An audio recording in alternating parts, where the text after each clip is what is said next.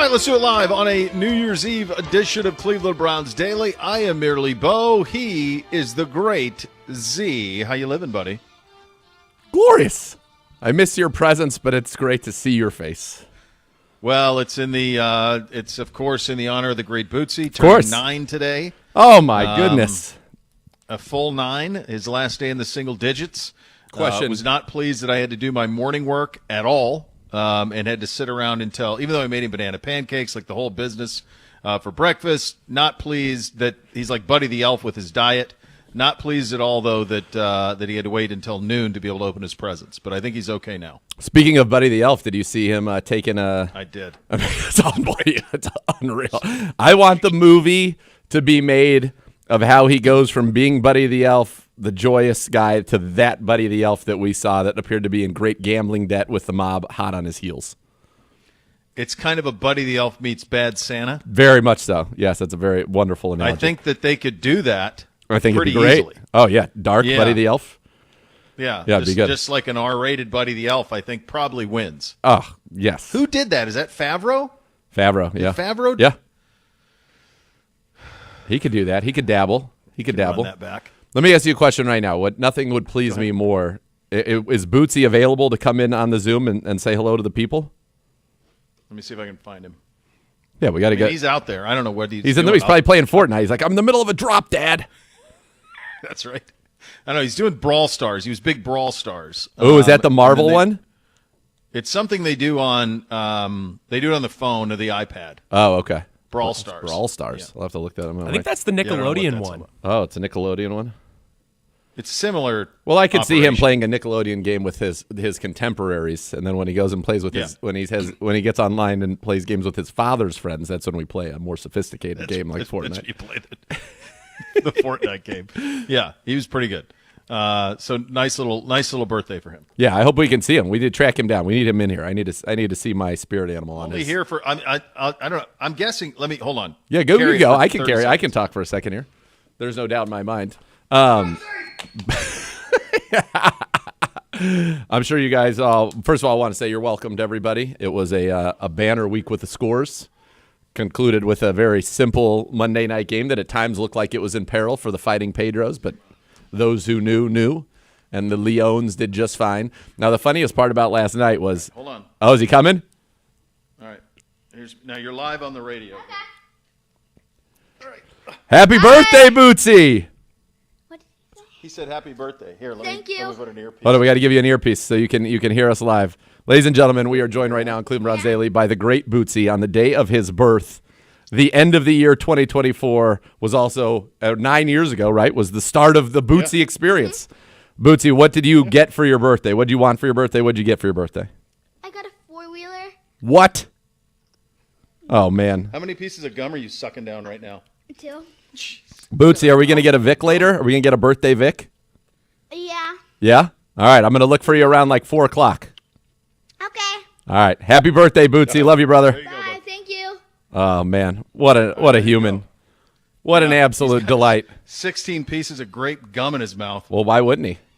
He's really sucking that down.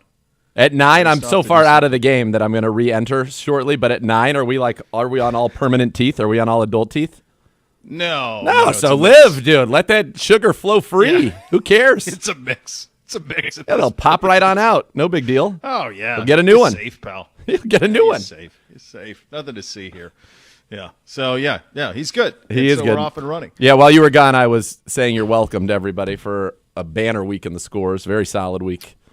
A crazy thing. I think yesterday when we were, I have my sheet in front of me. We may have to go back to audio, but on my sheet I picked Arizona to lose but cover. Then you're in. Here, fine. Say less. Let's go. Let me go. That's the way that it was that way. Oh yeah, you have it. No, you have Arizona. Yeah, that's on here. Okay, good. So here's what I had So for I you. had- Here, I'll run it down. Okay, go ahead. This is what I had for you. I had Kansas City over Pittsburgh winner, Baltimore Yep. over Houston winner, Seattle over Yep. Chicago. Neither one of us, that was by a point. Yep. We both had Chargers, comfortable New England winner. I had Denver, you had Cincinnati winner Yep. for you. Yep. We both Yep. had Arizona winners. You had Buffalo Yep. over the Jets winner for you. Yep. We both had Jacksonville properly. Yep. Then we had a little bit of a slide here. You had Carolina, no thank you. New Orleans, no thank you. Philly, Correct. winner, chicken dinner. Yep. The Indianapolis Colts befuddling the Rock, stunning. And then Green Bay by a point. Come on, help us out By a there. point. Then you had Atlanta, unfortunately, but then you finished strong with the Detroit Lions. Yeah, that's right. That's okay. And That's obviously the other one. So I had a 10 and a 6 for you. Yeah, I believe that's right. 10 and a 6, 11 and 5. Banner week for the boys right here. Back in, baby. The boys are back in town. So we're now a robust, just in case people are keeping score at home like Gibbe, we are now 64 games over 500 for the season. We're back, Killing it.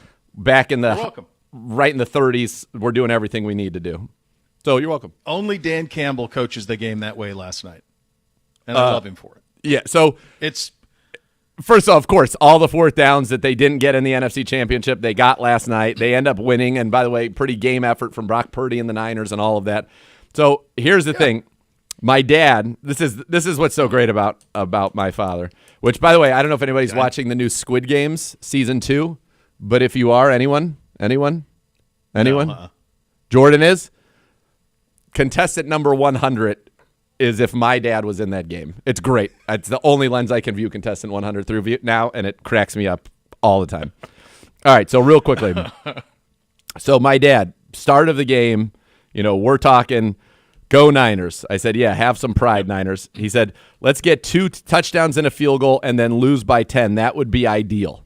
I said, why is 17 points ideal? Draft order. What is that? I have no idea how scoring exactly 17 Draft points order. could help their draft order. Okay? Not at all.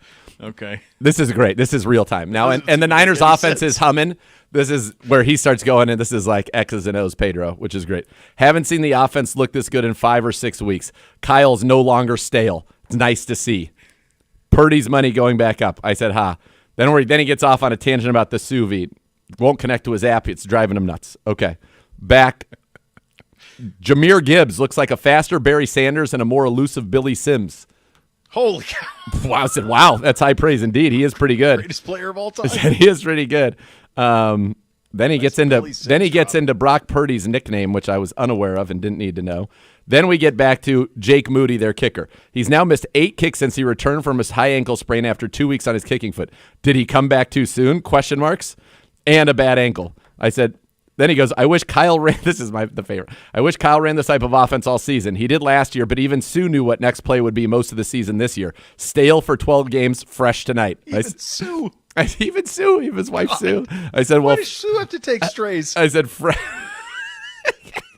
fresh Kyle is great, Kyle. And he said, hope so. Then he goes, now Moody misses another kick. He goes, Moody's kick is looming larger by the second. I said, this is a fun game, but didn't you start the text conversation tonight about this game hoping they would lose? And he said, yeah, I did. He said, well, now, then he said something not kind about something. We doesn't need to get into that. Then Moody missed again. He said, Moody strikes again. He's trying to trade Moody for Ethan Posick. I said, no, we love Ethan Posick. Then he's going, should be 34-34. This is ridiculous. I said, you wanted to lose. You should be happy about this. You should be happy about this. You should be saying thank you to Moody. Yep. That's it. Yep. Okay. Oh, my God. Kyle, It's amazing. It's amazing. even Sue knew the place. Kyle's play calling fresh as a daisy. Fresh. Been stale. Been very stale for 12 weeks. Very stale indeed. Very stale. People are saying, not me, some people. Pedro. Purdy looked incredible. Yeah. Great job out of him. He helped me win one with his performance. It was almost locked up by halftime, that performance. I thought Gibbs is late. I thought he had it on the late touchdown. I thought when you said 30, you were maybe, I was hoping you were being like slightly exaggerating. Not that it was 30 on the nose. And I thought maybe, 26.6 or whatever he ended up was going to be able to do it. But listen, if the opponent that was also in the finals doesn't even know that they were in the finals, I think you are well within your rights to declare yourself the champion anyway. She won't even realize until next year when we do this again that she won it. Do the boys know? No, I'm not telling them. Oh, I thought they would be looking and being all up in your business. No, they were kind of out of it once. Once they were out of the mix, they lost interest. So once they were eliminated, they were done. Interesting. They were done. Yeah. This is a family crown though that we were competing for. This is a It was. big deal. It This is a valued crown. For This sure. is a valued rug. Yeah, absolutely. So that was everything you'd want for a meaningless game. And the one thing I would say from the Lions standpoint is whatever type of coach you are in the league, if you are intellectual play caller guy or you're football eating kneecaps guy, whatever you're going to be and everything in between, you've got to be authentically you. Yes. And Dan Campbell's him. He's him, man. Oh, there's no doubt. There was no way that they couldn't not play that game because that wouldn't be who they are. Yep. And he did it. And he did it. Yeah. And he did. We always talk about how we think if there was a team of Madden people running things, how certainly from a clock management standpoint, it would be better. There's also something to be said for if you're a good Madden player, which means you have belief in your offensive abilities, you don't punt. No. Punting is like dumb. I'm going to get a first down. I'm not worried about that. Dan Campbell, it feels like maybe he's got like a Madden stud in his ear being like, field goal, punt. What are we talking about? Let's go. Let's keep going. Yeah. Fourth down? No. Who cares? We got Jared Goff. Yeah. He looks great. I loved Jared Goff. I was over the moon for Jared Goff. Happy New Year, brother. Yes. Happy New Year. The great Jenks running a business, making his way down, throwing these out all over the place to the people, to the good Everybody's folks. got them. Yeah. It's a little something for everybody. Oh, man. Yeah, senior swag. There he goes. How about it? Yeah. No, Goff looks great. Oh, and loved him. I loved him. Yeah. It was funny how in the pregame, they all flipped to 49ers because they didn't think that the Lions would try. I don't know why they thought that. They all flipped. Kelsey, all of them. Had the 49ers, or let me rephrase that, had the Lions beaten the 49ers on that field in the NFC Championship game a year ago, maybe they look at it slightly differently. Dan Campbell, I guarantee, was telling them all week, this is a team that knocked us out. This is a team that ended our season. Yep. We're beating them. And guess what? They did. And the Niners were game, which makes it stupid. The Niners are the Bengals. They're the team that nobody wants. If there were some scenario and there's not, the Niners are actually eliminated. The Bengals are mostly eliminated. They're kind of like in The Princess Bride when he was mostly dead. Mostly dead. They're the team that hung up a little bit. Nobody who's in would want to see them. The Philadelphia Eagles would want no part of the 49ers in the first round of the playoffs, just as the Buffalo Bills would want no part of the Cincinnati Bengals in the first round of the playoffs. They'd be much happier with the Denver Broncos. Yeah. Oh, for sure. Yeah, they're 100% that. And for different reasons. For the Bengals, their own front office kind of undid them in terms of roster construction, and the 49ers because of injury. I mean, they so just many had injuries. Too much. You can't. My dad is calling for that.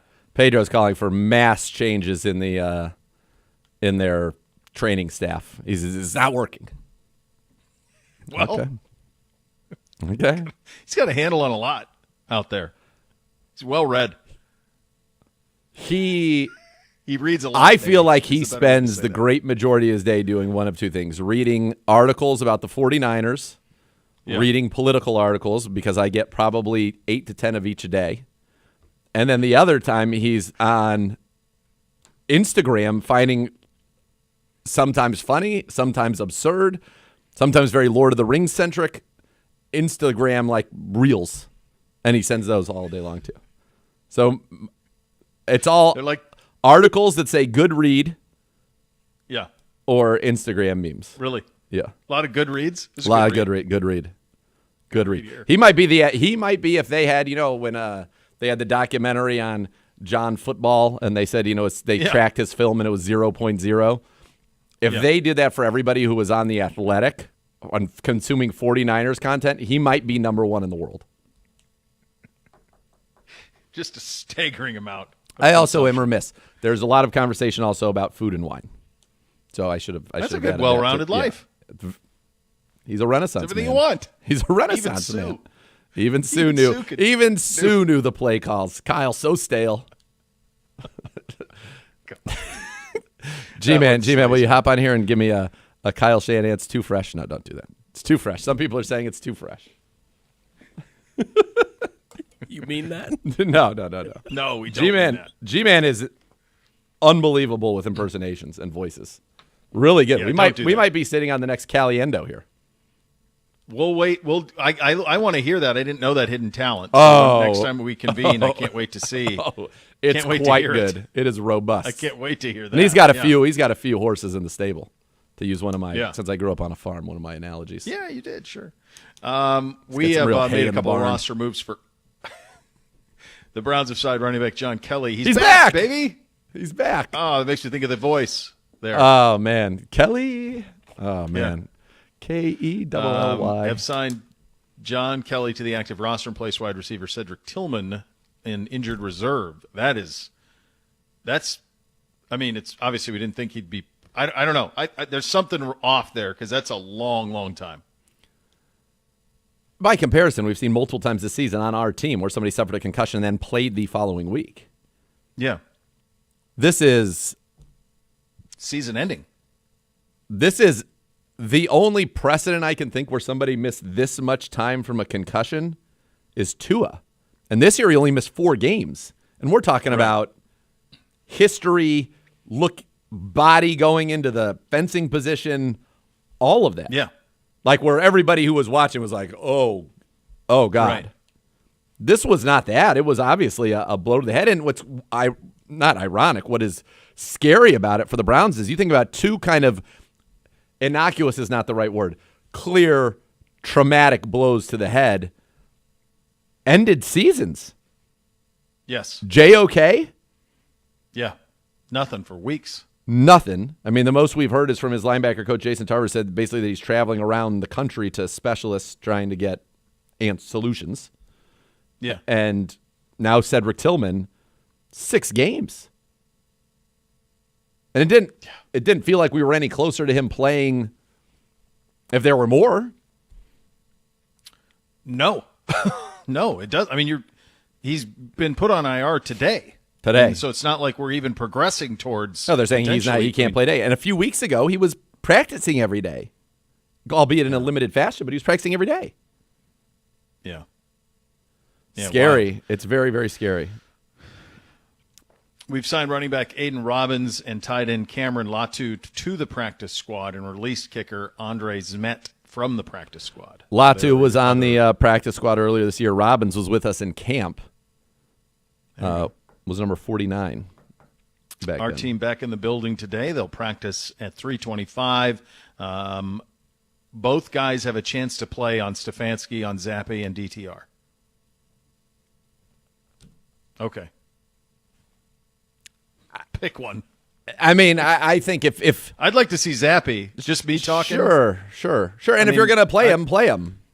Let him get Go all start, the be reps. the guy. Let him go and try to compete. I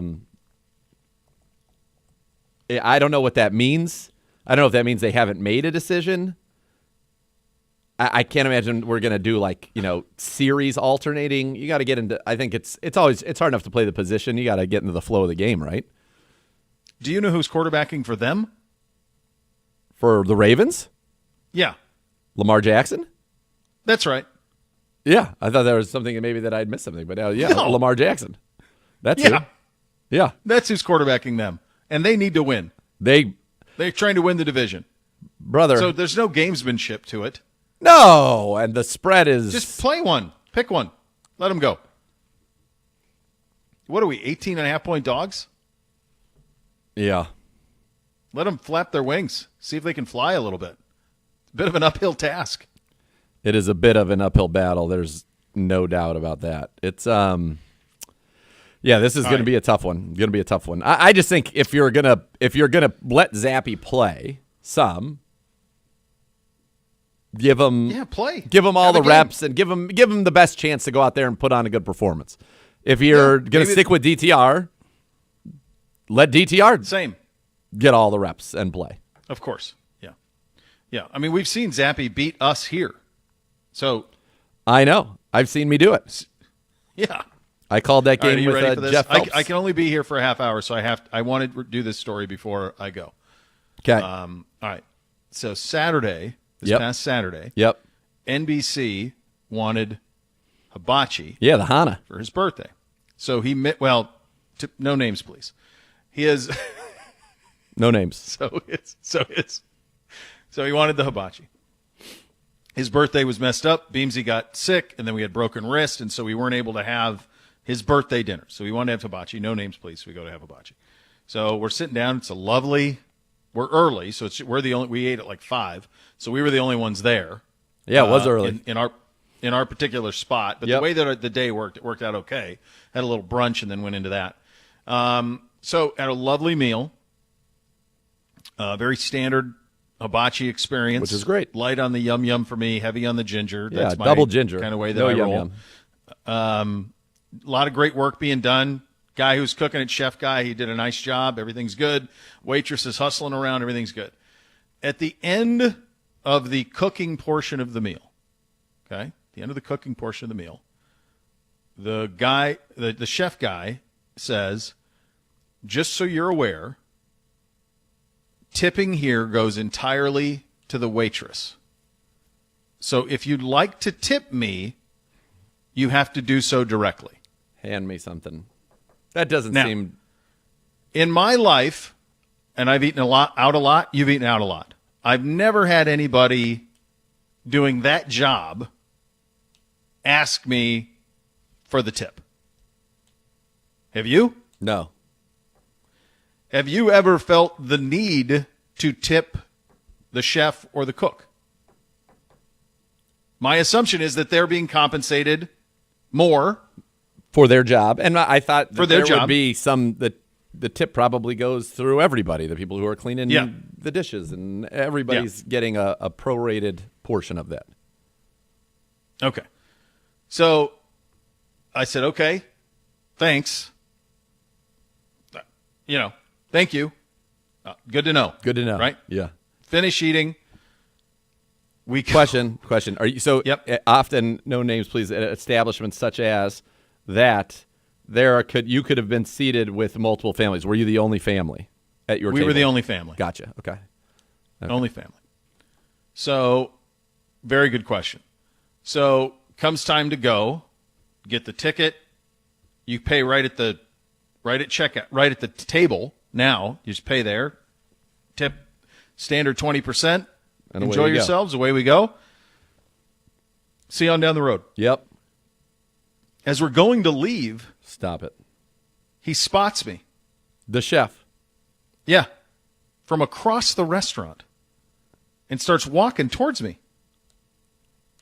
Okay. Gets to within 2 or 3 feet and goes, "Did you guys have everything good? You guys have a good night?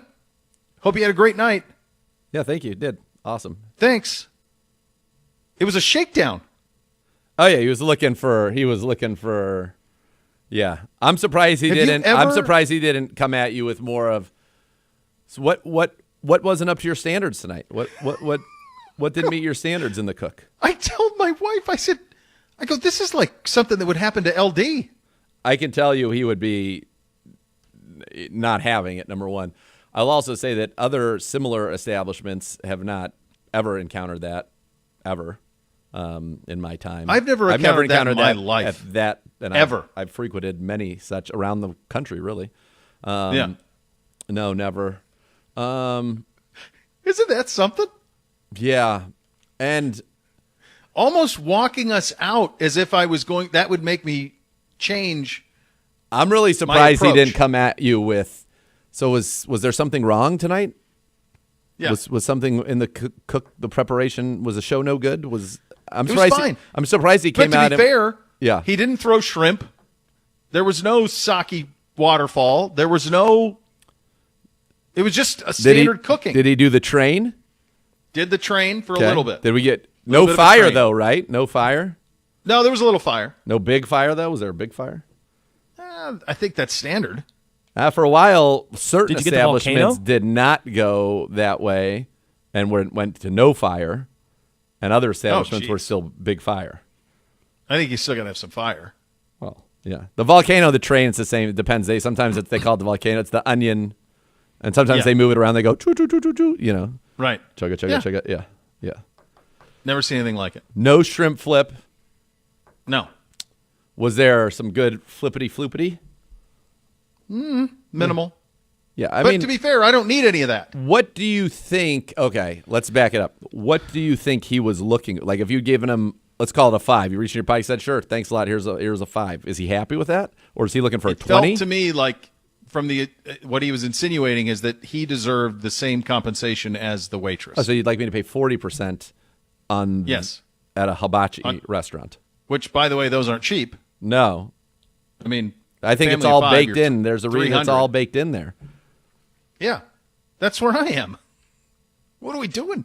Never heard of We live in it. a society. Never heard of it. We also now, though, we do live in a society where things have changed a great deal. And I love tipping, but I find that I'm now being asked to tip at things that I was never asked tip for in my entire life. Always. Anywhere you go. Listen, you hand me a cup of coffee, I'm not tipping. If Yep. I'm standing in line and you're handing me a cup of I'm not tipping that. Well, now they've got it down to a science. Everybody's in cahoots, right? Because it's like immediately on the screen. On the screen. Yeah. Like even I went to go pick up cookies from a cookie establishment. And it starts off 15, 20, 25. And why is 25 an option? Where did that even come from? 25 should be massage, pedicure, the whole bit while I'm eating. They are Then we'll do contacting 25. you. Right. Yes.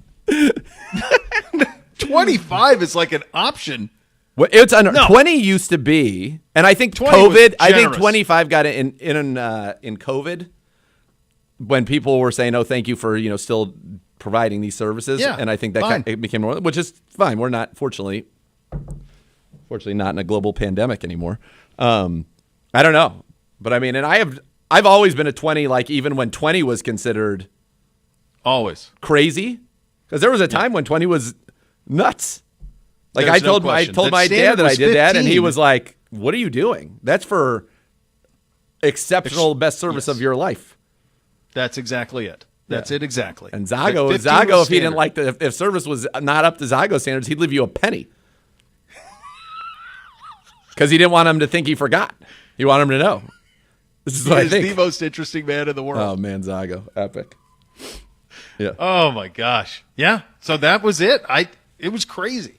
Utterly That was a crazy. shakedown. He approached you going out the wrong way, though. I think if he came with was there something not up to standard? It would have been right. that would have been much more of a curb scene because that's why they would have done it in Yeah. curb because Larry would have been like, no, you have to say it like this, and that's how they would have Yeah. done it. And then it would have annoyed. No, everything was fine. Well, then why wasn't there a tip?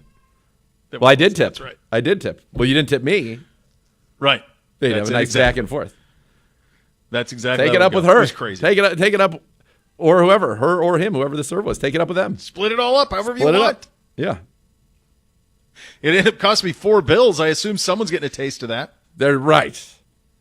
Like, come on. Some fried rice. Let's chill out. All right. The profit margin at a place like that feels to be quite robust. Extreme. Quite robust. Extreme. Yeah.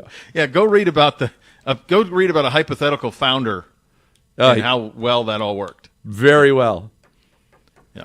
All right, I got to run. We got to do these. Didn't they make a should we do series of college football movies? A picks? series of movies about him where he was a boxer. Turned out.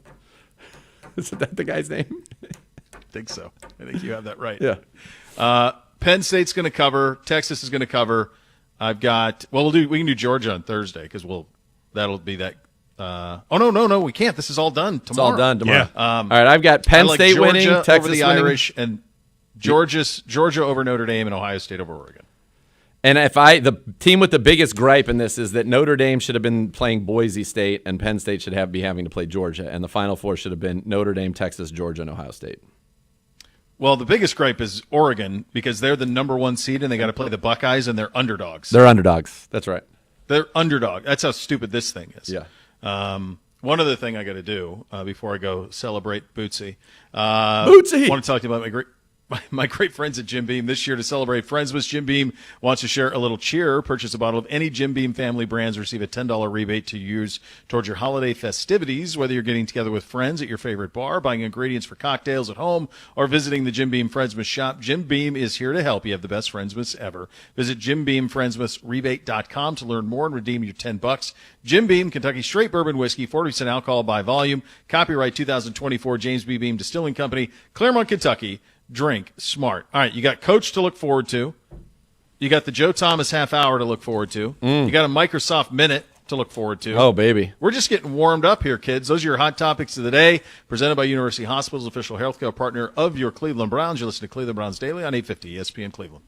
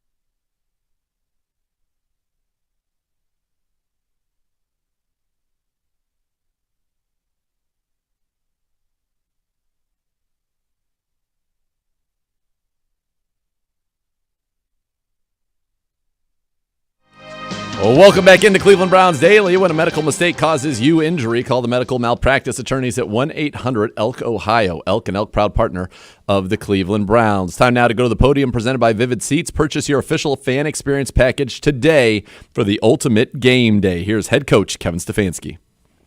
Short week. You're down 9 minutes. Ready to roll here. So this will really be our Wednesday for the football team. So our really first day of preparation towards Baltimore.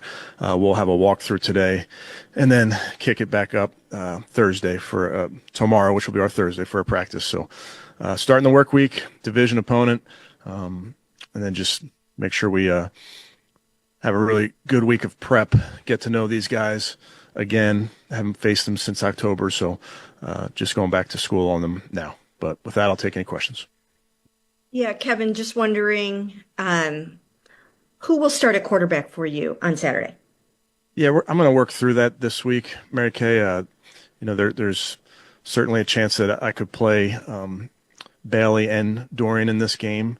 Jameis is still working through that shoulder injury, so I envision him being the emergency quarterback in this game, and then there's potential to play both guys. Okay, and would you think maybe Bailey might start it and then Dorian could be available, or how would you go about that? We're going to get through the week to make that determination. Hey, Kevin. I guess why would you want to see potentially both guys play in that finale?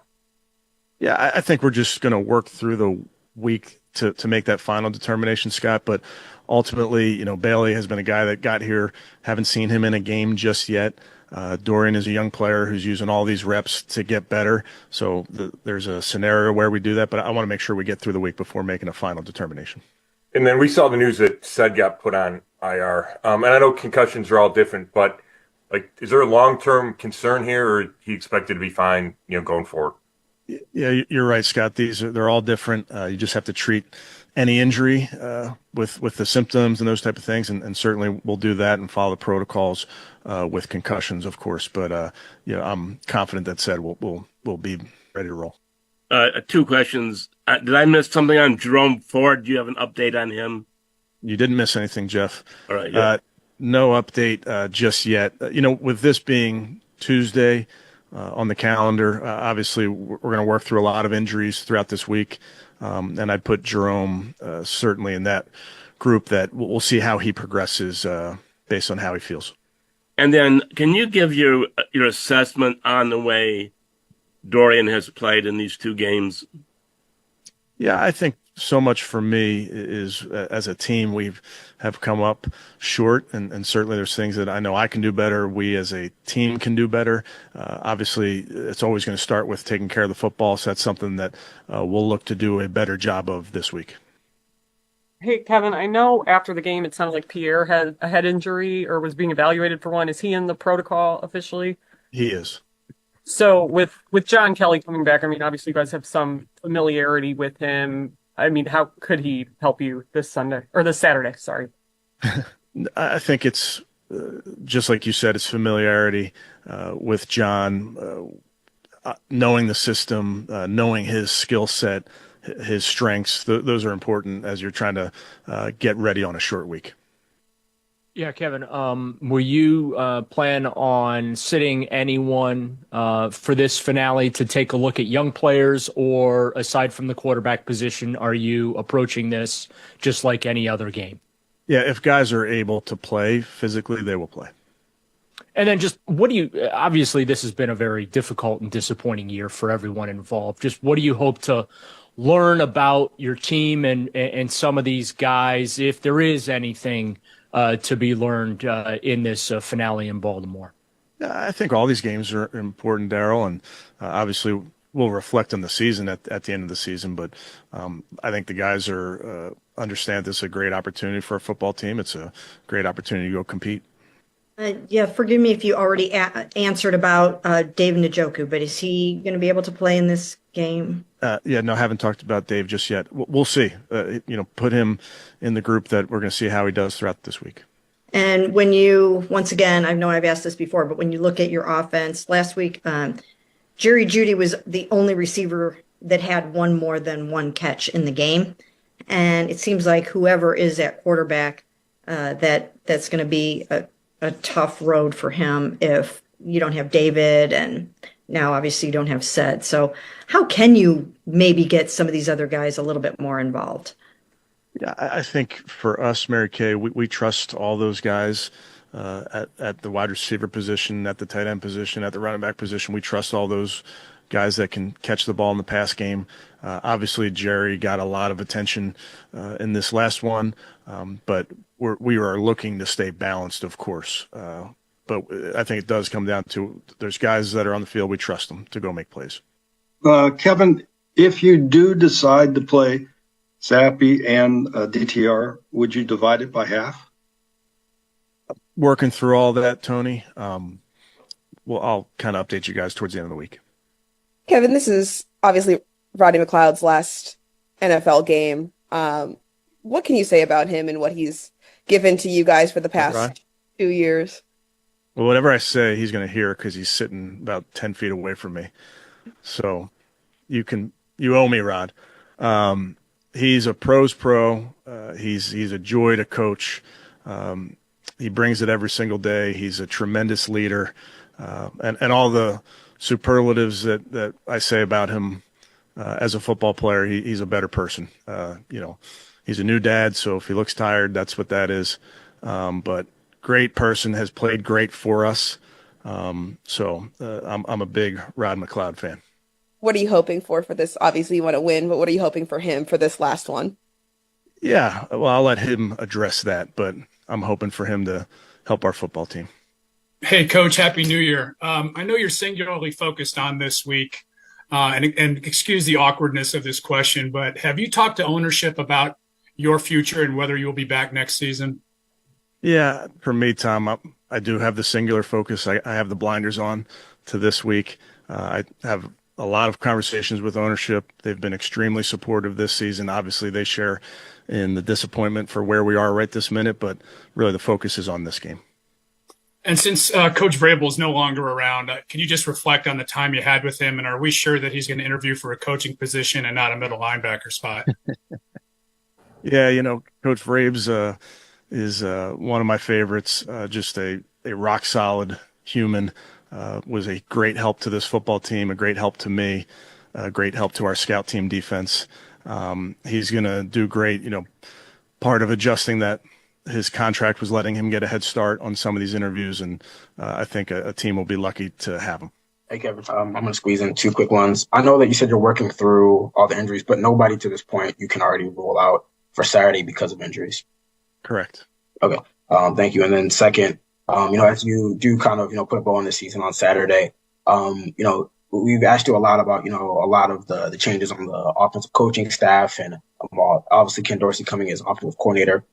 In your eyes, what's the key to having a successful kind of marriage of, bringing in a lot of different coaches from different systems, so to speak, and having them all come together to implement, one vision?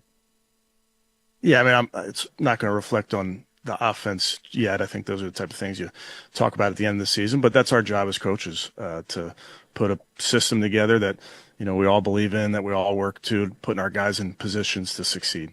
Pretty simple. Hey, Kevin, back to Sed, I know he showed some stuff before he got hurt.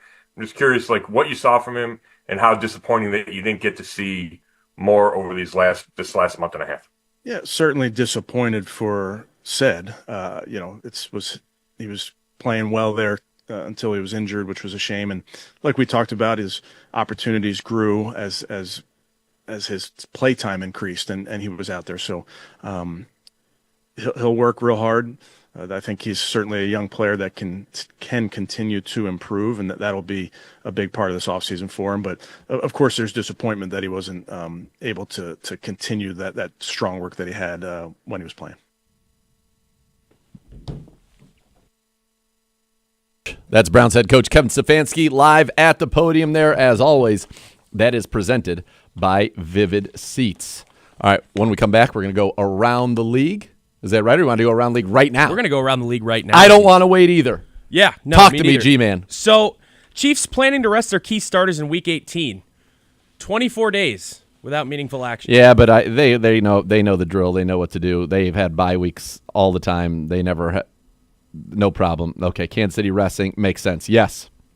Josh Allen will start for the Bills just to keep his consecutive streak going.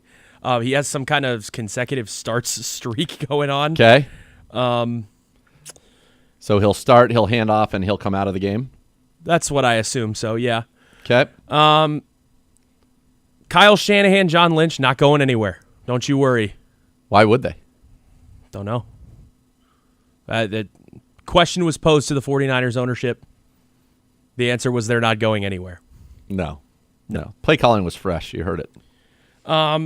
So obviously Saquon Barkley on the brink of breaking Eric Dickerson's rushing yards record. He's 101 yards away. 101 yards to break the record. Nick Sirianni says he will consult the Falcons brass on whether Saquon will play. The Eagles brass? Mm-hmm. Eagles brass, okay.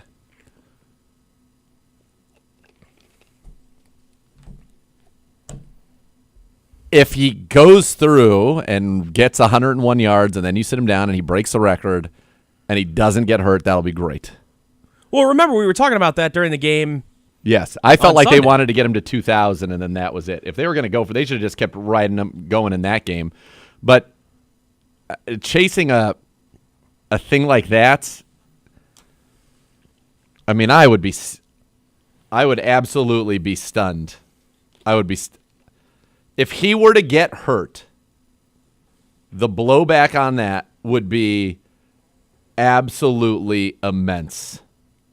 Immense. Can you risk that? So he's going to talk to the brass.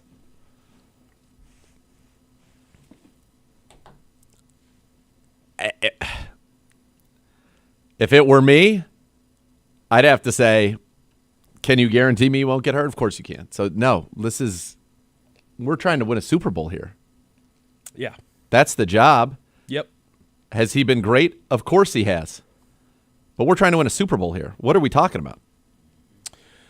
I would be not surprised if he does play, but I would be absolutely stunned. They play who?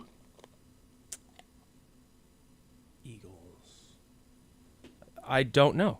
Let me look. G-Men? I think they play the G-Men, right? Dallas plays Washington's playing Dallas. So, yeah, they play the G-Men. Is that right? Confirm it for me, G-Men. Yes, the Giants in Yeah. Philly. Out in East Rutherford, Rex Ryan and Ron Rivera will interview for the Jets head coaching job. Yep. No doubt. So we're still recycling head coaching candidates. Of course. In the big year of our Lord 2024. Almost 2025, by the way. It is almost 25. Lions obviously starting battle for the 1 seed in the NFC is going to be on Sunday Night Football. And from Jerry Jones, non-committal on Mike McCarthy, but he said on his weekly interview on The Fan, I'm not under any unusual time frame at all. Unusual. Okay.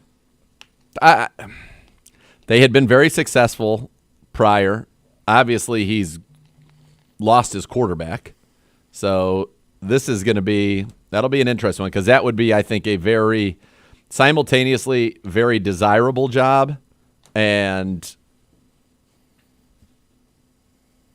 challenging given the owner and the influence the owner has, obviously, in that building and over that entire operation. That's what it is. So we will see what ends up happening down there. But that, to me, is that's a job where you've got a lot of talent. You know, you're going to get the resources you need, all of that, but you are also going to be,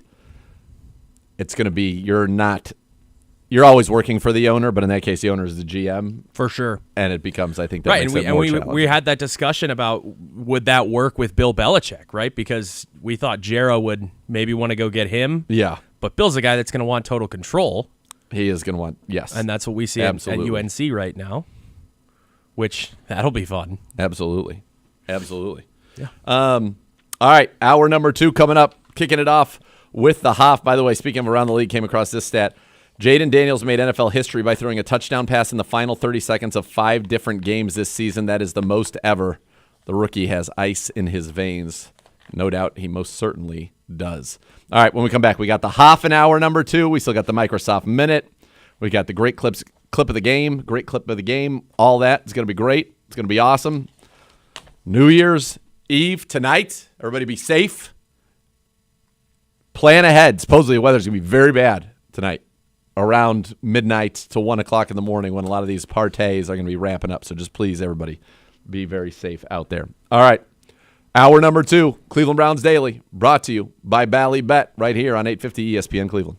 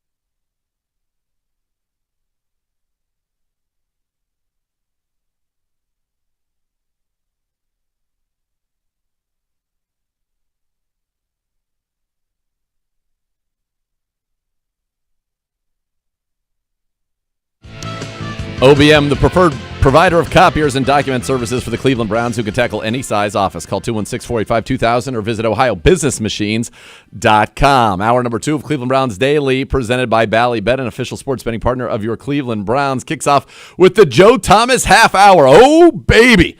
For the final time in 2024. The Hoff joins the show for the next 30 minutes on the Twisted Tea Hotline, brought to you by Twisted Tea Hard Iced Tea, an official sponsor of the Cleveland Browns. Keep it twisted, Cleveland. Hoff, coming to us from the ski slopes of Utah, the Powder. How is it, Hoff? Are you shredding the gnar? Oh, we're shredding out here. We actually got like 2 feet of snow in the last couple of days, so this a little chilly. I bet it's a little. Right now. I bet it's a little chilly, Hoff, on the mountain as we speak, and we are a little bit in and out here. Hoff, are you a snowboarder or a skier? No, I'm a skier. I snowboarding, and I think I almost broke my tailbone when I was like 14. So I'm happy to sit on the 2 skis and just.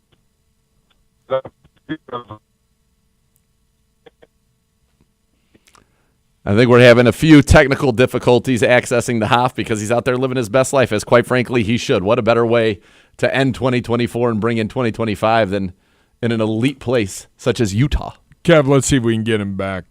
Try him back. We'll try it again. I mean, and if not, we'll let the Hoff live. Let him live out there on the slopes. Correct. They call him he's known as Joe Thomas. On the slopes, they call him Joe Tamba. They don't know. No? No. Oh, look him up. No fans of Alberto Tamba was the greatest slalom skier of all time, and for a while formed perhaps the greatest Olympian super couple ever with him and Katarina Witt. That's right. I forgot about that. Tamba is a legend. When my buddy B-Box goes skiing, we call him Tamba Box. He had a music video made of himself skiing. I'm not kidding. Set to Sabotage by the Beastie Boys, which was very, very good. All right, let's try him again. All right. Let's try it again. Hoff! Z, we're going to give it a go again. All right. You're good. I had my funny joke. I'm under... You're more youthful than I, but I said we normally refer to you as the Hoff Joe Thomas, but when you're on the slopes, you're the Hoff Joe Tamba. Are you familiar with the great Alberto Tamba? I'm not, unfortunately. I enjoy skiing, but I don't. I'm not a big fanboy, but I'm okay with that because I imagine if he's famous enough for the great Z to know about him, he must be a pretty darn good skier. He can shred a little bit. Oh, when you're done, you'll look him up. He was an Italian, obviously Alberto Tamba, the greatest slalom skier in the world for a great many years, and was just a legend for his antics, not only on the slopes but those off the slopes. He was a legend, Alberto Tamba. So when I call you Joe Tamba, that's like the highest regard I could give you. That's like saying you're the Michael Jordan. He's like in my mind, the Michael Jordan of the slalom. Well, as you know, the most important thing about skiing is not necessarily how you get down the slope.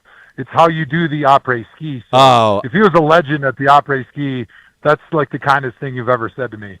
Oh, yeah, there's no doubt that not only he was the legend of, just when you Google him and look him up, you're going to get it immediately. Like the first pictures that come up are going to tell you everything you need to know about Tamba. He was unbelievable.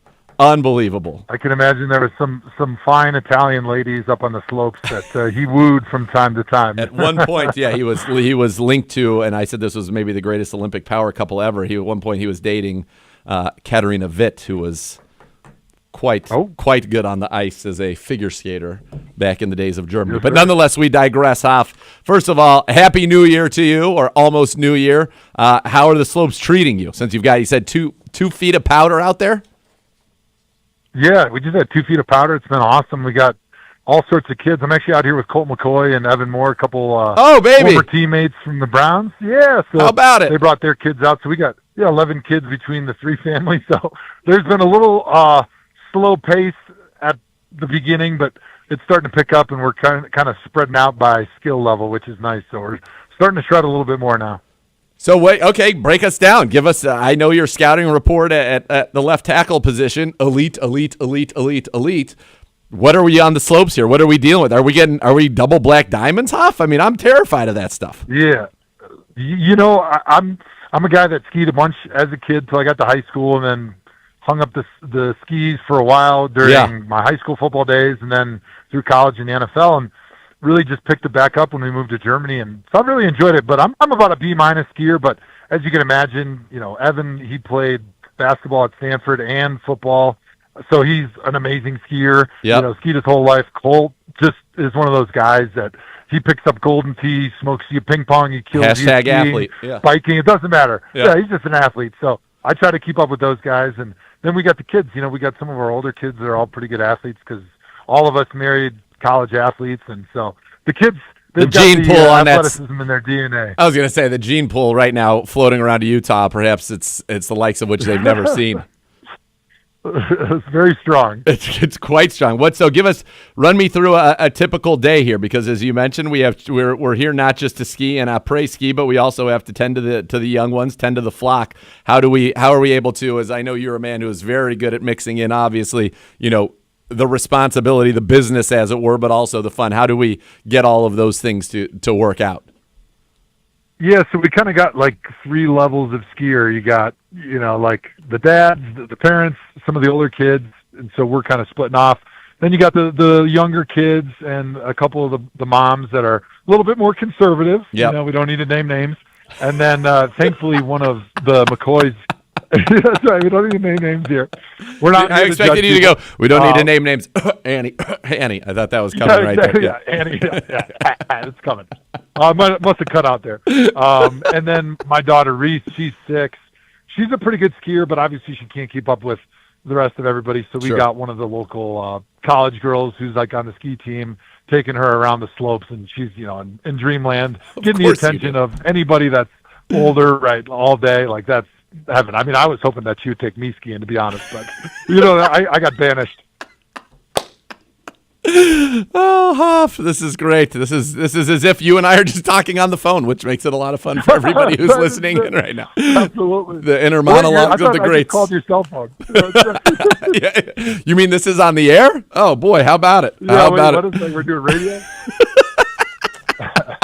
All right, your dream came true for you last Monday night, Lambeau. We haven't got a chance to talk to you since then. Working with Kevin Harlan, calling that Packers game. What was that like?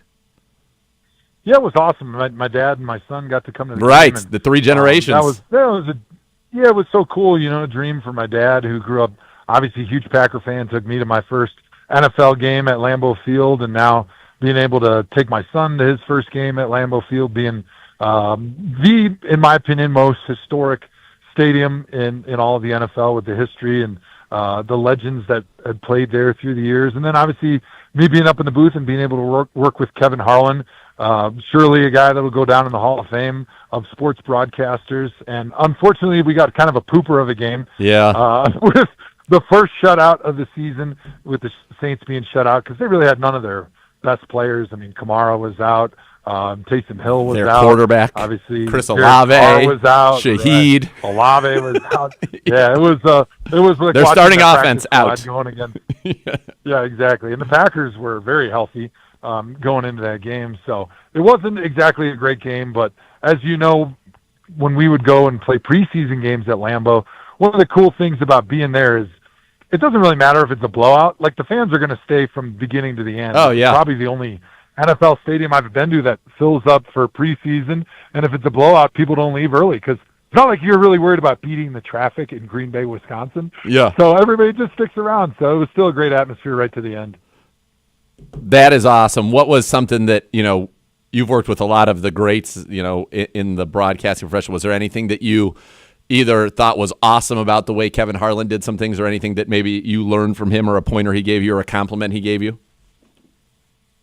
Well, he's like the nicest human I've ever met. He was being so nice and complimentary. I was like, hey, man, you don't have to, like, boost my ego. Like, I'm okay. I got a gold jacket to do that, Kevin.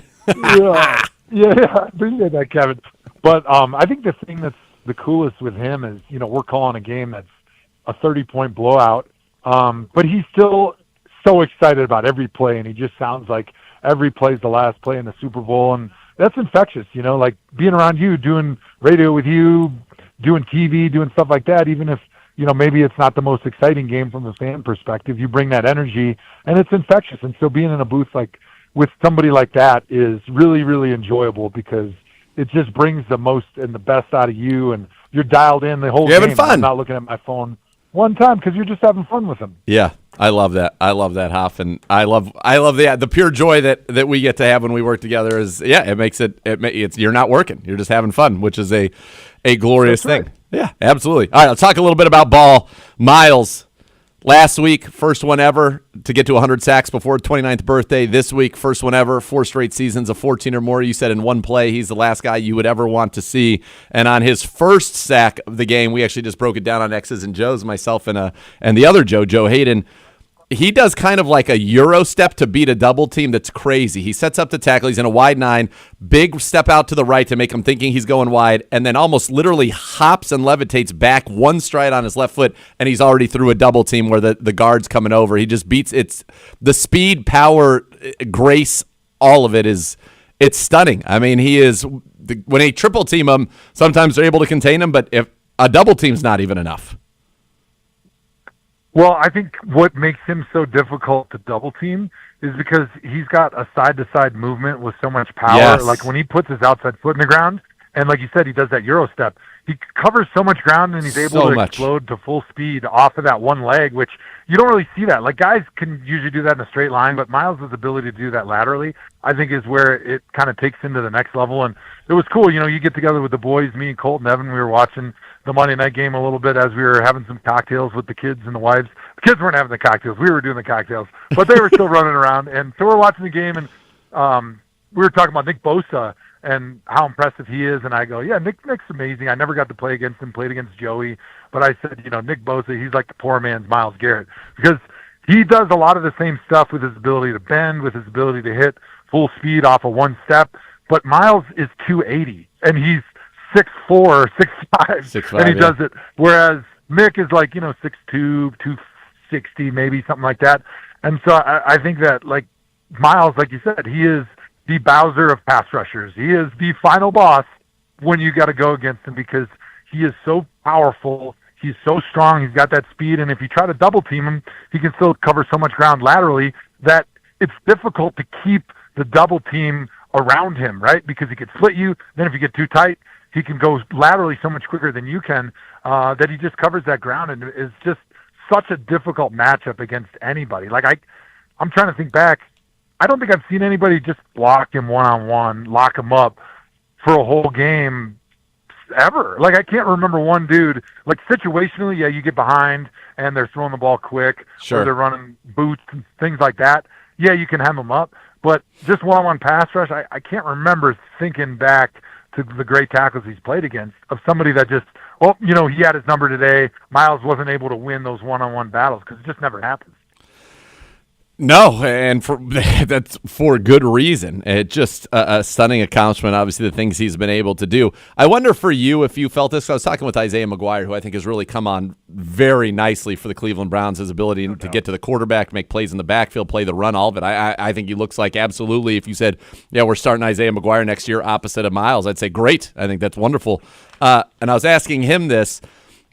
I said, is it hard sometimes to get advice from Miles because he may say do this, but it's stuff that only he can do?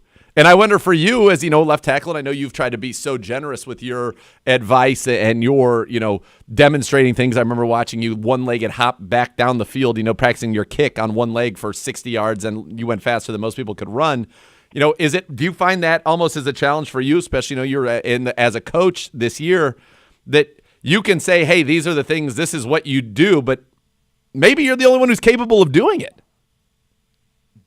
There's no doubt. I mean, some of the times where I was trying to coach up some of the young guys when I was still playing, some of the practices that I wasn't practicing, and, you try to get somebody to do something that you were able to do, and you realize pretty quickly, like, oh, their body just doesn't move like that, or, they just don't have the power to be able to spring off of one leg like that. And I'm sure it's the same with Miles. Like you watch him and you have to coach him differently because he just has an ability to do things that are different that most people don't. And so you kind of have to not dumb it down, but you have to figure out, all right, what is this guy like Isaiah McGuire? What are the things he can do that he can take away from Miles? And we talked about it when I was in Cleveland the other week.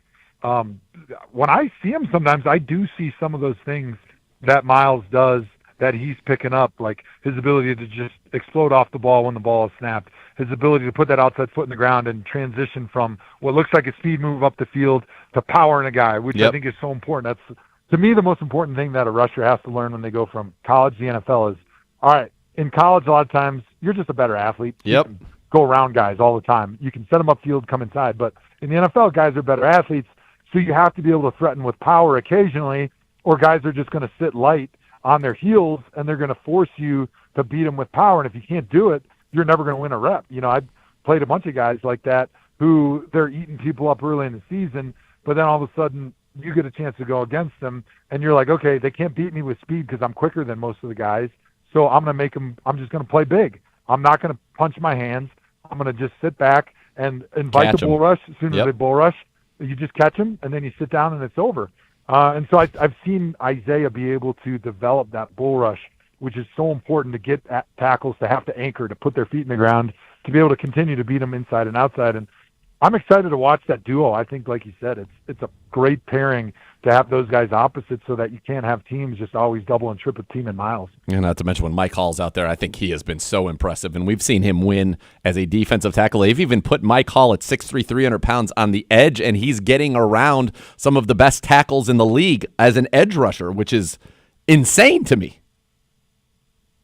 Yeah, if you're 300 pounds, you're not supposed to be able to run around offensive tackles. And it's fun to watch that. And I think that's one of the things that Miles gives you as a defensive coordinator, some flexibility, because his first sack of his career was actually over the guard. I don't know if you remember that. Yep, against the Jets. Like he lines up at three technique, and the guard's like, who is this dude? Like, you're not supposed to be here. And he just makes one move, and he's so much quicker than defensive tackle. You're not able to react. It's like, running a race against somebody who's slow, and all of a sudden, boom, you get a fast guy in there. Your brain's not able to catch up without seeing a few reps.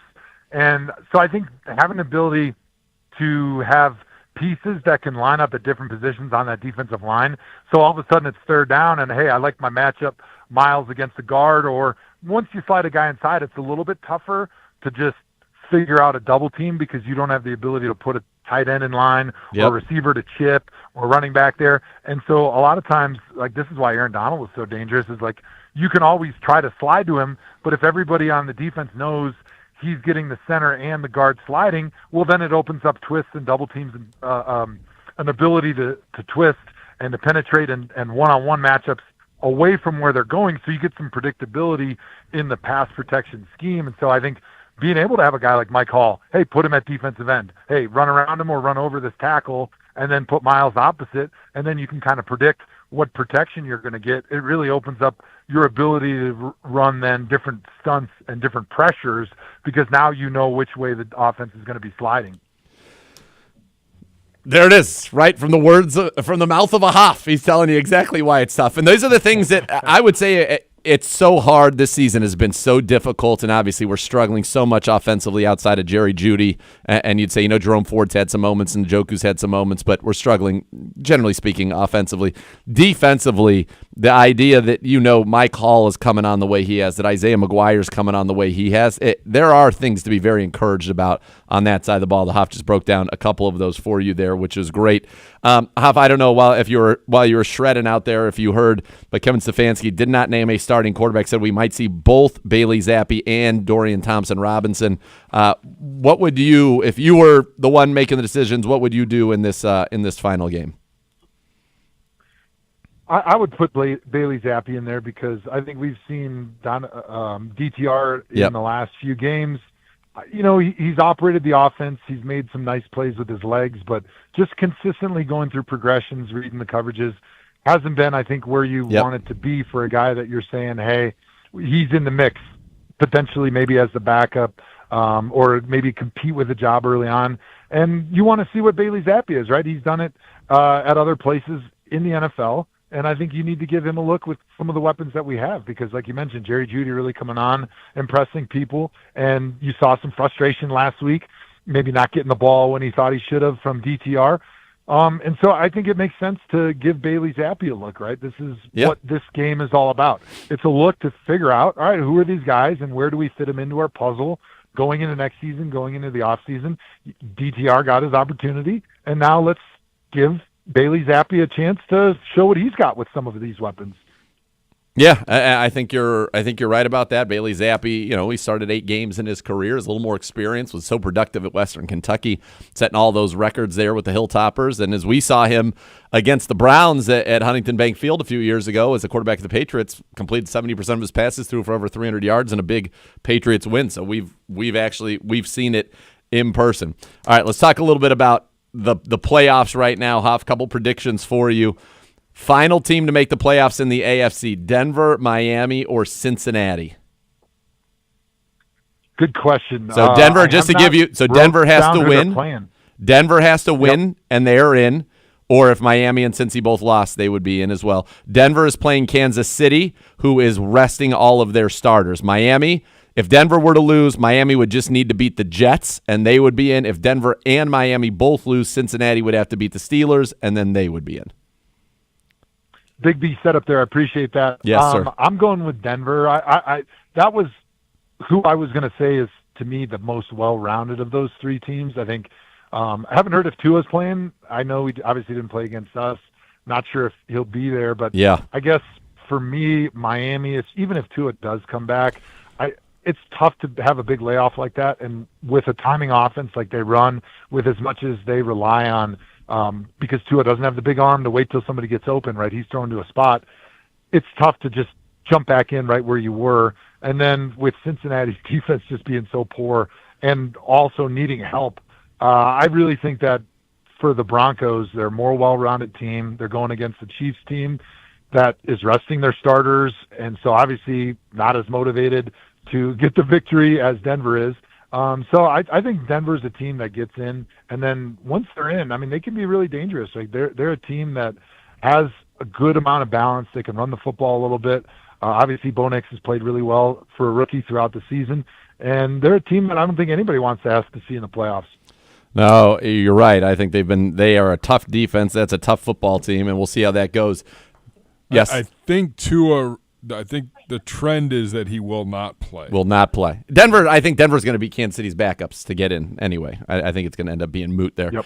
NFC South, I mean, all Tampa has to do is beat the New Orleans Saints after Atlanta lost, and by the way, with a horrific clock management by Raheem Morris sitting on that timeout. It was stunned. Right? I mean, stupefying. I was saying I wish that was a Manning cast because you could hear Eli be like, we got to get a timeout here, Pate. And Pate would have his hands on his head being like, what is going on? Call the timeout. I can't believe this.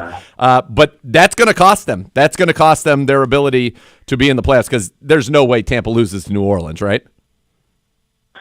Exactly. I mean, New Orleans is a shell of who they used to be. They've just been awful the last few weeks. Defense, no good. Offense, awful. Just terrible because they got all these guys that are injured. And so I think that's an easy win right there. But as far as clock management goes, what I don't understand is at the end of my season in Munich, the one thing I told Sean Shelton, who's kind of like the general manager, I said, the number one person that we need to bring in here is somebody who's up in the booth that can help the head coach, because our head coach was also the defense coordinator, and he was helping out on the D-line as a D-line coach. And, like, when you wear that many hats as a head coach, you need somebody in the booth who's just only doing clock management, who's watching the situations, who can buzz down and help the coach in those situations. And so at the NFL level, to either not have that person or not have enough faith and trust in that person to listen to him in that situation, or just to have a complete meltdown and have your headsets not working. It makes no sense how you don't have somebody saying, call a timeout, and you as the head coach calling that timeout. Like, these are things that win and lose games that determine whether you get to go on and continue your dream of playing in the Super Bowl. And to make mistakes like that after all you've put into an NFL season is incomprehensible. So here's what I said on Browns Daily, and I mean this sincerely, that if, Madden has their Madden Bowl, right? The best players in the world who play. And I don't think you even need to do this, but if the final 32 in that were assigned to one NFL team and their only job was to do clock management, I think that there would never be a clock management mistake in the NFL. Yeah, and there's no excuse for not having that position. You're paying quarterbacks $50 million a year. Your salary cap's, $300 million bucks? Yeah. To not spend you don't even have to spend $1 million. $500,000 on a former head coach or somebody who just knows the thing inside and out, and that's all they're paying attention to, it's just a no-brainer. I mean, it's the difference between making the playoffs and not. And if you told me, hey, you got a left tackle who's, if he is playing, he's going to make the playoffs for you because he's going to lock somebody up. That's an easy decision, and you pay him an extra $5 million a year. To not make the decision for a position that doesn't count against your salary cap, like you don't have to put your clock management guy under your salary cap. It makes no sense why you wouldn't have somebody like that on every team. It seems insane. And I even went so far as to say I don't even think you need the top 32 Madden players in the world. That's more about their joysticks. You take any average kid who plays Madden a lot with their friends, they know exactly when to call timeouts and how to use them, and they would help. You get a bunch of 13-year-olds in here doing this, and I think they would do a better job than a lot of the squads, unfortunately, in the NFL. All right, Hoff, 2024 wrapping up for you, a year that you spent a great deal of it in Germany. Then you were able to come back here. You were able to call a game at Lambeau, 3 generations of Thomas men on the field. When you kind of look back at this year, what was the big highlight for you? And then are you a resolution guy? That's a good question. It's hard for me to just pick one single highlight with as many fun things as we were able to do, all the travel we did when we were in Europe and all the coaching and stuff. I would say that if I had to just think of one thing as a highlight and kind of reflect back on the fact that I don't have any plans to coach again anytime in the near future at a professional level, we were able to beat our cross-town-ish rival out of the Innsbruck, Austria, the Tyrol Raiders, which was a team that kind of always had Munich Ravens' number. Yeah. We did it at home during our homecoming game. We smacked them in the rain.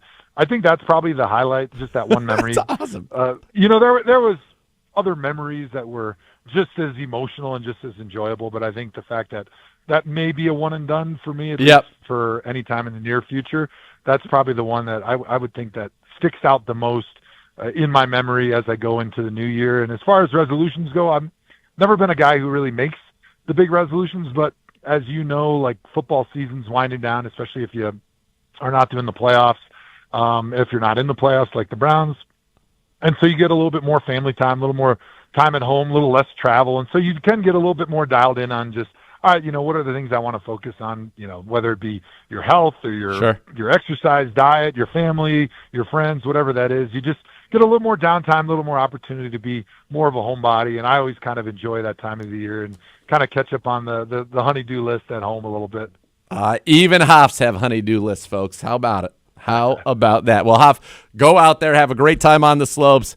Happy end of 2024. Excited for 2025. Love you, brother, and thanks for joining us. This has been a wildly entertaining and very fun half hour, so thank you.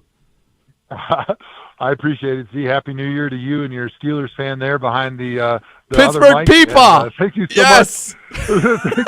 Thank you so much for having me on. It's always a joy for me, and looking forward to talking to you guys in 2025. Yes, I love it. The Hoff. The next level's next. It's not getting any better than that. A Hoff call out of Pittsburgh Peepaw. I love it. Maybe we will be back, though, with more Cleveland Browns Daily, brought to you by Ballybet, an official sports betting partner of your Cleveland Browns, right after this.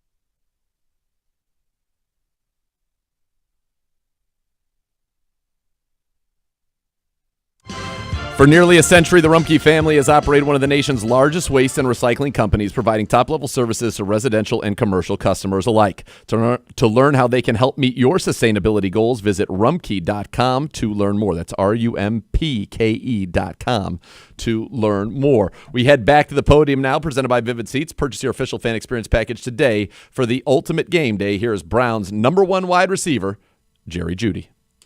Yeah, Jerry. You're down 6-15. Really sure what he's going to do at quarterback just yet. Said, it's probably going to be DTR and potentially Bailey Zappi. Just wondering what type of effect that might have on your preparations for Baltimore, considering it is a short week for you. It's not gonna really have a big, too much effect on me. I'm gonna still keep doing what I need to do throughout the week, and prepare how I've been preparing all year, and just wait till game day and see how everything goes. And following the game Sunday, you were pretty hard on yourself about a couple of plays you felt that you should have made. Just looking back on it, having to watch the film or whatever, do you feel that same way? And also, too, do you feel like you taking that accountability after that game kind of resonated a little bit, within the locker room, taking blame for something that maybe not necessarily was completely your fault?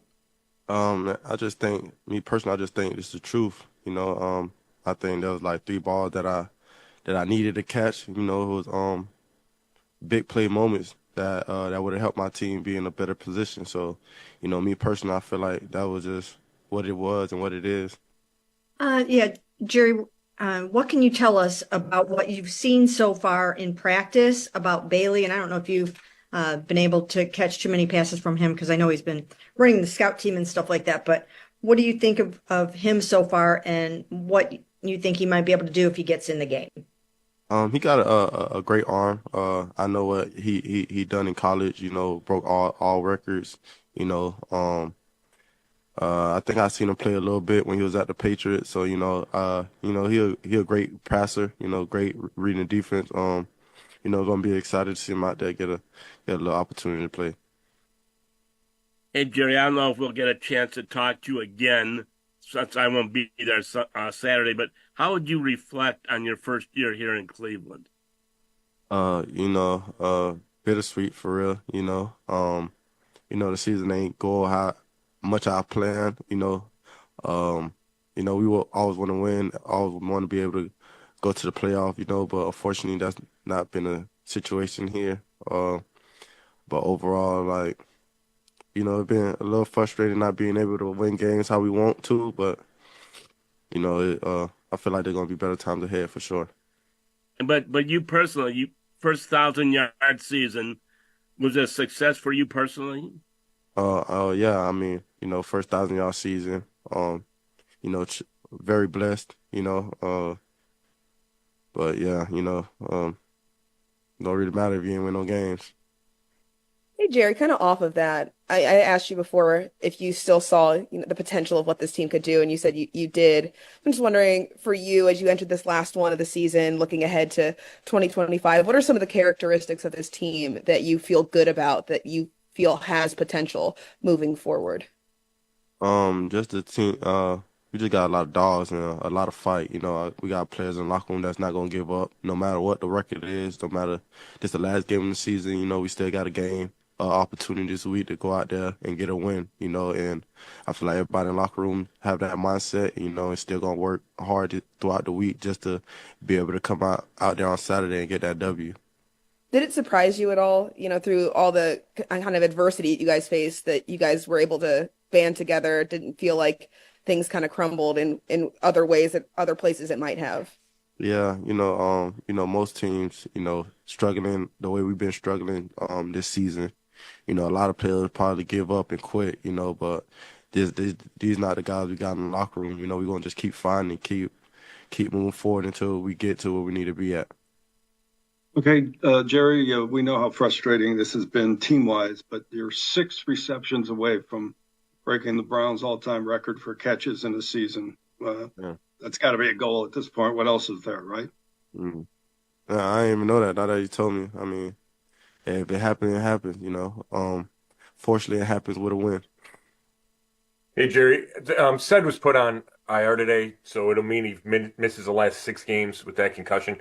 What did you see of him before the injury, and I guess how disappointing that he wasn't able to build upon that over this last stretch of the year?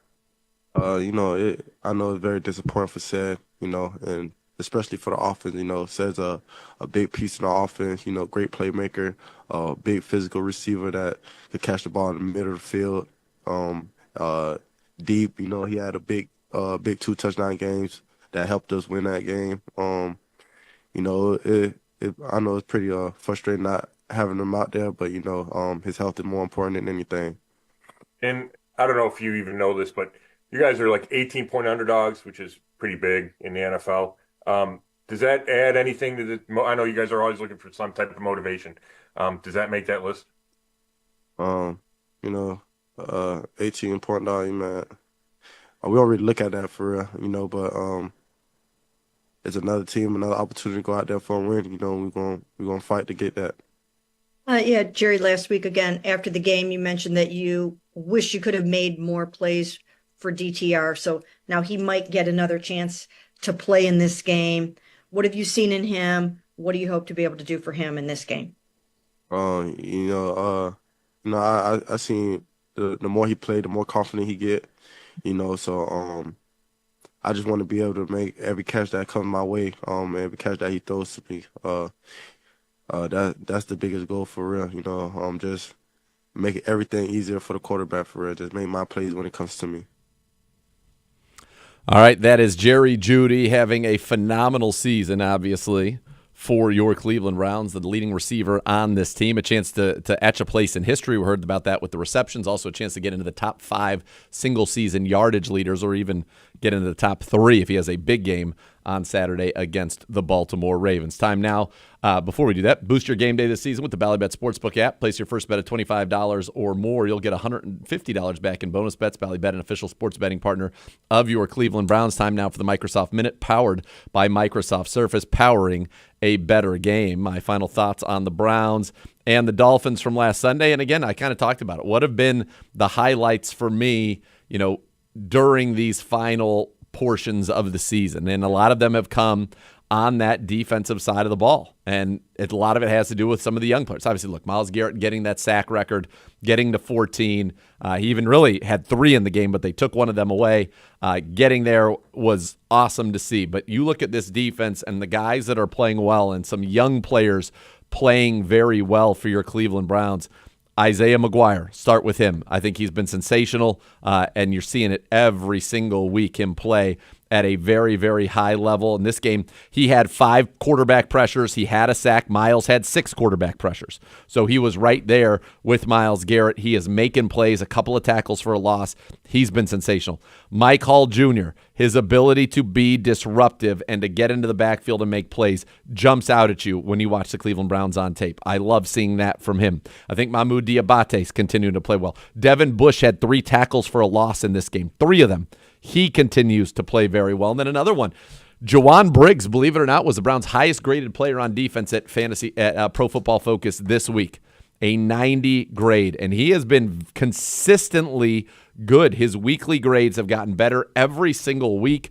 He's making plays at the line of scrimmage. He's such a strong, strong player, the Browns' 7th-round pick. But he's showing that, hey, I'm absolutely somebody that can be in your defensive tackle rotation going forward next year. So some bright spots on defense, specifically on that defensive line and linebackers as well, amongst younger players that give you a lot of hope going forward. I also think Ronnie Hickman on the back end continues to look like somebody that could be a starter for you at the free safety position. So lots of good things on the defensive side of the ball for your Cleveland Browns. That's the Microsoft Minute, powered by Microsoft Surface, powering a better game. For a team of injury lawyers dedicated to every client every day, call 1-800-ELK-OHIO. Elk & Elk is a proud partner of the Cleveland Browns. When we come back, we're going to wrap things up here. We got the great clip of the game, and much, much more. So much more to come here. You're listening to Cleveland Browns Daily, presented by Ballybet, official sports betting partner of your Cleveland Browns on 850 ESPN Cleveland.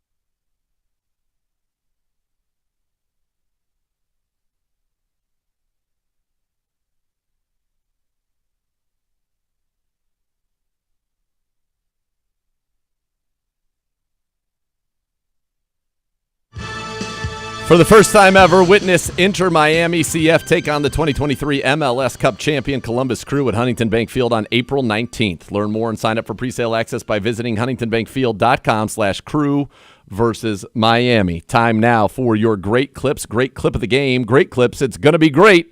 Myles Garrett becomes the first player in NFL history to record 4 consecutive seasons with 14 or more sacks.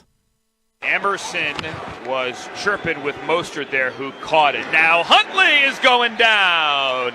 A sack for Myles Garrett. Another one, his second. Take a bow. Myles Garrett now the only player in the history of the National Football League to have 4 straight seasons with 14 or more sacks. He's done it tonight. Great job, Myles. Great job, G-Man. Way to provide the call, the action, the context, all of it. Yes, Gibbe? You look like you're dying to say something. I'm just here to help bail you out and get you to the finish line, buddy. Okay, Gibbe. What was your favorite part of 2024? Well, I have the 2025 Pro Bowl top 10 by position according to the fan balloting. So is that the rosters, or that's just... No, I think those are announced Thursday. Okay. All right. I believe we'll be watching for that. But this is the fan ballot portion because it's like 2/3 player coach balloting and then 1/3 fan voting. Yep. Only 2 of our guys showed up in a top 10 at any position. Corey Bojorquez, number 6 in punting. Nice. Yes. And at defensive end, Myles Garrett, number 2 to Trey Hendrickson. What about Denzel? Not even in the top 10. What? Yeah, in fan voting. Surtain, Byron Murphy, Marlon Humphrey, Carlton Davis, Dante Jackson, some guy from the Commanders. I'll tell you what. The Detroit Lions fans showed up. The Detroit Lions fans showed up majorly. Center, Frank Ragnow, number 1. Cornerback, Carlton Davis, number 4. Free safety, Kirby Joseph, number 1. Guard, Zeitler 1, Glasgow 2. They don't have anybody outside linebacker. Their punter, they have their punter at number 1. They've got their strong safety, Brian Branch, at number 2 there. They've got our special teams player, Sione Vaki, at 3. Let's see, what other positions? Defensive end, nobody. Jack Campbell, number 2 linebacker. Jared Goff, number 3 quarterback. Panay Sewell and Taylor Deck. Their offensive line came in first at center, first and second at guard, first and second. I mean, this is fan voting. Detroit Lions fans vote. Clearly. Well, they're doing well, so it's no surprise. I would say that the commies. Aleem McNeil, their defensive tackle, was number 3 there. Jake Bates, number 3 at kicker. Jahmyr Gibbs, number 1 at running back. David Montgomery, number 5 at running back. At tight end, Laporta's 4th. They didn't have a fullback. Their long snapper, Hogan Hatton, they got him to number 4. They don't have a return specialist listed. If they're not in the Super Bowl, it will be the Detroit Lions versus the rest of the NFL. Wide receiver, Amon-Ra, number 1. It's unbelievable. Yeah. Unbelievable. I thought the quarterback ones were interesting. Number 1 was Jaden Daniels. 2 was Joe Burrow. Yep. 3 Goff, as you said. 4 Josh Allen. 5 Lamar. 6 Baker. 7 Bo Nix. 8 Mahomes. 9 Darnold. 10 Hurts. Tell you what, the Detroit Lions fans are so laying the smack down on Vikings fans. Although Vikings did have fans got their guys and some people. Right. But not like the Lions. No, not even close. 1 minute. Well, the Vikings have number 1 long snapper vote, number 1 fullback vote. Vikings, where else are they? They had a couple other number 1s. Number 1, they really love their special teams players. They got their special teams guys number 1 as well. So there you go. That's what the Vikings are doing. All right, that's it. Last show of 2024 here. We will be back on Thursday, getting you ready for the season finale, the Browns and the Ravens. Have a very safe New Year's Eve tonight. Be careful out there. The weather. If you're going to drive, please be under control. Please do not drink and drive. Be safe. We love you here. We appreciate all of your support all year long, even though it's been a very, very tough situation and a tough season here for the Cleveland Browns. but 2025 begins anew tomorrow. Good luck to the Bucks.